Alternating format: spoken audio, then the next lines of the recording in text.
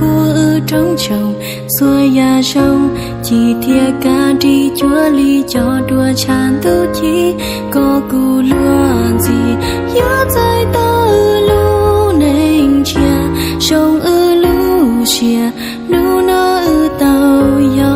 xin ga nu na yo nu ca xuôi ya sông ta ư chia xa ư yo ma wa ya sông